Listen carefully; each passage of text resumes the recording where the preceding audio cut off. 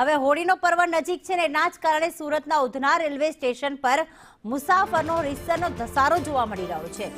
હોળી ધૂળેટીમાં વતન જવા મુસાફરોને ધસારો। યુપી બિહાર તરફ જતી ટ્રેનોમાં ભારે ભીડ જોવા મળી રહી છે। ઉધના રેલવે સ્ટેશન પર હજારોની સંખ્યામાં મુસાફરો જે છે તે ટ્રેન પકડવા માટે રાહ જોઈ રહ્યા છે। મોટી સંખ્યામાં લોકો પોતાના વતન જવા ઉમટી પડ્યા છે તો વેટિંગ એરિયામાં મોટી સંખ્યામાં મુસાફરોની ભીડ જામી છે। વહેલી સવાર અને મોડી રાતથી મુસાફરો પહોંચ્યા છે। મનીષ પરમાર અમારી સાથે જોડાઈ ગયા છે। મનીષ, દર વખતની આ પરિસ્થિતિ હોય છે, તેમ છતાં રેલવે તંત્ર દ્વારા કોઈ નવી ટ્રેન કે સ્પેશિયલ ટ્રેન દોડાવવામાં આવે તેવું થતું નથી। આવતીકાલે સ્પેશિયલ ટ્રેન દોડવાની છે, પણ આજે કેટલા મુસાફરો એવા છે કે જે હજી પણ ટ્રેનની રાહ જોઈને બેઠા છે? जी बिल्कुल बात करिए प्रीति, होली धूळेटीनो तहेवार आवी रह्यो छे अने पोताना मादरे वतन जवा माटे मुसाफरोनी भीड़ थती होय छे। खास करीने वात करिए तो अत्यारे उधना रेलवे स्टेशन विस्तारनो आ नजारो छे, ज्यां गाड़ी खास उत्तर प्रदेश અને બિહારના લોકો છે પોતાના માદરે વતન જવા માટે આ રીતના જે કહેવાય કે મોડી રાતથી જ લાઈન લગાવતા હોય છે। ત્યારે રાત્રિ વનવાસ પણ છે તે આ પ્રમાણે તેઓ છે તે રેલવે સ્ટેશન પર જ વિતાવવા વેટિંગ એરિયામાં મજબૂર બનતા હોય છે। આ ભીડ તમે જોઈ શકો છો કે લાંબી 1 કિલોમીટર સુધીની ભીડ છે તે રેલવે સ્ટેશનના વિસ્તારમાં पाएगा। 5 बजे से कल रात से आज खड़े हैं, आधा आदमी भी नहीं घुस पाता है, सब आधा लौट जाएगा।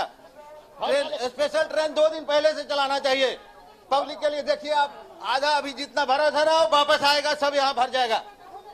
બિલકુલ તો જોઈ શકાય છે કે લોકોમાં રોષ પણ જોવા મળી રહ્યો છે, કારણ કે દર વર્ષેની આ પ્રમાણેની પરિસ્થિતિ છે। દર વર્ષે આ પ્રમાણે મુસાફરો છે તે લાઈનમાં ઉભા રહેવા પર મજબૂર બને છે અને આખી રાત છે તે આ રીતના વિતાવે છે। હજારોની સંખ્યામાં જે લોકો છે તે આ પ્રમાણે ઉભા રહેવા पर मजबूर बने। भैया कहाँ जा रहे हो?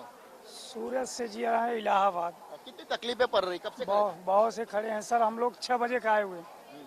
तो कितनी तकलीफें पड़ रही है? तकलीफें तो सर अब कितनी है, क्या बताएं, उसके कहा नहीं जा सकता। प्रशासन से क्या कहना चाहोगे? शब्दों में बयान नहीं कर सकते, इतनी तकलीफ हो रही है पब्लिक को। बहन कहाँ जा रहे हो? गाँव। कब से आए थे आप?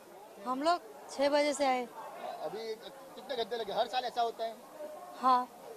બિલકુલ તો જોઈ શકાય છે કે વૃદ્ધો હોય, નાના નાના બાળકો હોય, પોતાના માદરે વતન જવા માટે આ પ્રમાણે લાઈન લગાવે છે। સુરતના ઉધના રેલવે સ્ટેશન વિસ્તારનો આ નજારો છે। છેલ્લા 1 અઠવાડિયાથી આ પ્રમાણે જે લોકો છે તે તકલીફ વેઠીને પોતાના વતન જવા માટે મજબૂર બન્યા છે। સાથે જ વાત કરીએ, દર વર્ષે રેલવે તરફથી જે ટ્રેનો છે તે એક્સ્ટ્રા દોડાવવાનો દાવો કરવામાં આવે છે, પરંતુ દાવો છે તે ક્યાંક ને ક્યાંક અધૂરો રહેતો હોય એ પ્રમાણેના દ્રશ્ય છે। કારણ કે જો એક્સ્ટ્રા ટ્રેનો દોડાવવામાં આવતી હોય તો આ પ્રમાણે રાત્રિથી લાઈન लगावानी नौबत ज नहीं आवे, ट्रेन से ते वधारवानी मांग से। क्या कहोगे? सर मैं ये कहना चाहता हूँ कि इतना भीड़ है और ट्रेन में जगह भी नहीं है और बाकी लोग को लेके जा रहे हैं इन लोग।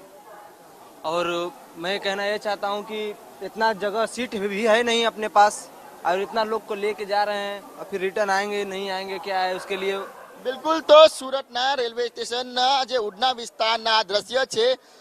24 કલાક 12 કલાકથી લોકો છે તે લાઈનમાં ઉભા રહેવા પર મજબૂર બને છે અને તેમને જે કહેવાય કે દર વર્ષેની જેમ આ પ્રમાણે જ ધક્કામ ધુક્કી અને વેટિંગ એરિયામાં રાત્રિ વિતાવીને જ વતન જવું પડે છે। એક યુદ્ધ જેવું જાણે લડતા હોય એ પ્રમાણેના દ્રશ્ય છે તે સુરતથી આવે છે। જી પ્રીતિ। બિલકુલ, આભાર મનીષ તમામ વિગતો માટે।